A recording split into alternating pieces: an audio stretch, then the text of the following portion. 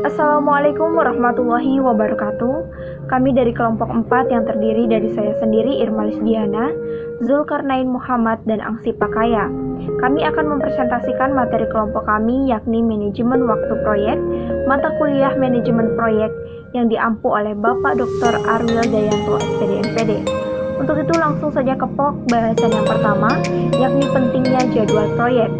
Penjadwalan proyek atau jadwal proyek merupakan subproses penting dari manajemen dan digunakan untuk menguraikan kerangka waktu di mana proyek akan selesai, biaya sehubungan dengan sumber daya, dan kebutuhan tenaga kerja bersama dengan suksesi penyelesaian tugas.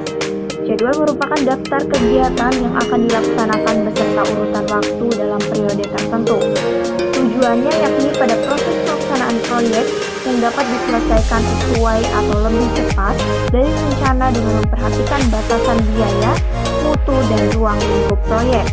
Baik, beralih ke pokok bahasan selanjutnya, yakni proses-proses dalam manajemen waktu proyek. Sumarti 2007 menjelaskan bahwa ada 5 proses utama dalam manajemen waktu proyek. Ialah sebagai berikut. Yang pertama yakni pendefinisian aktivitas.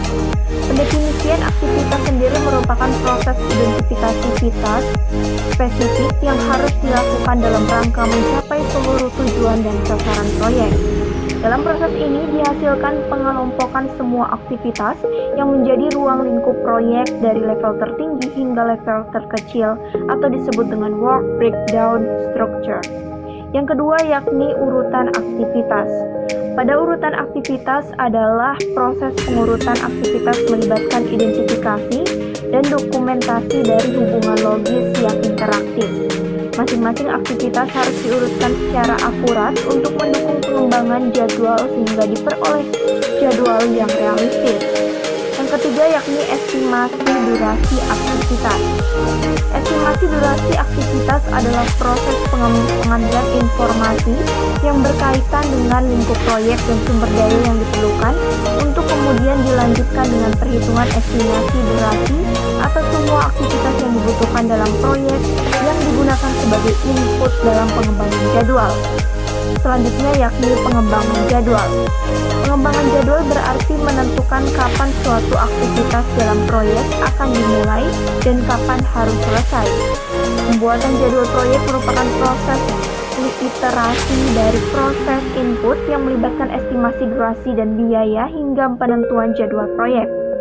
Selanjutnya yakni pengendalian jadwal. Pengendalian jadwal merupakan proses untuk memastikan apakah kinerja yang dilakukan sudah sesuai dengan alokasi waktu yang sudah direncanakan atau tidak. Baik, selanjutnya akan dilanjutkan oleh saudara Zulkarnain. Baik, saya Zulkarnain Muhammad akan melanjutkan materi dengan poin cara menetapkan aktivitas. Cara menetapkan aktivitas yang pertama dengan menginisiasi proyek.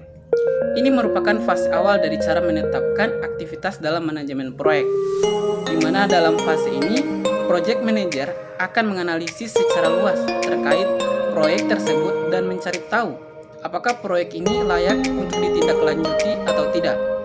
Cara yang kedua yakni dengan merencanakan atau perencanaan proyek. Bila proyek itu sudah memperoleh lampu hijau untuk dikerjakan, maka waktunya bagi tim untuk membuat perencanaan proyek.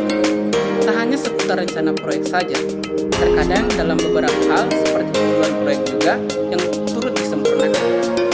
Di tahap inilah diperlukan rencana yang kuat agar bisa membantu tim dalam menyelesaikan proyek tepat waktu sesuai dengan anggaran yang ada. Cara selanjutnya yakni dengan mengeksekusi proyek. Dengan mengeksekusi proyek ini merupakan tonggak pertama proyek mulai dikerjakan oleh tim, di mana ketua tim memandu tim agar fokus pada tugas dan peran mereka. Cara selanjutnya yakni dengan pemantauan dan kontrol proyek. Proses pemantauan dan kontrol proyek terjadi setiap waktu, dari awal hingga akhirnya proyek selesai. Fungsi dari adanya pemantauan dan kontrol proyek ini adalah untuk melihat kemajuan dari setiap upaya yang telah dilakukan oleh tim. Cara menetapkan aktivitas selanjutnya yakni melalui penutupan proyek. Penutupan proyek merupakan akhir dari tahapan menetapkan aktivitas manajemen proyek. Artinya, proyek yang ditangani telah dirampung dan disetujui dengan standar yang diinginkan.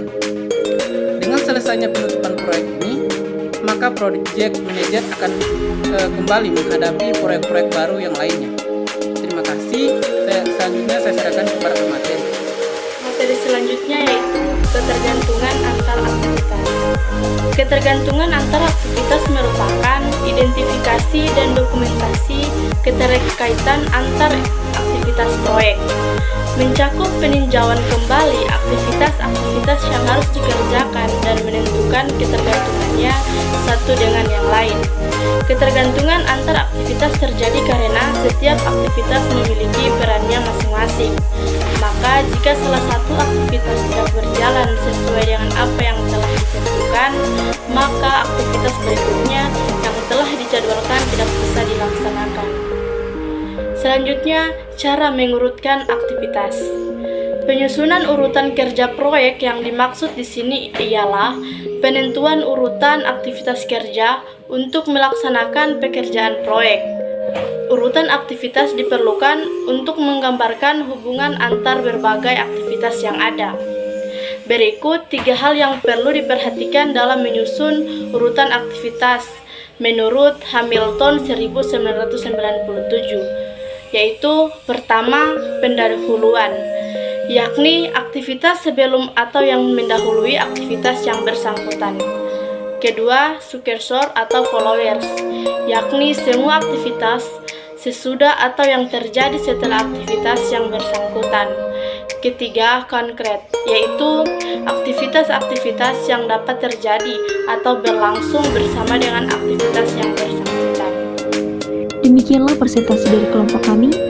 Thank you for your attention and wassalamualaikum warahmatullahi wabarakatuh.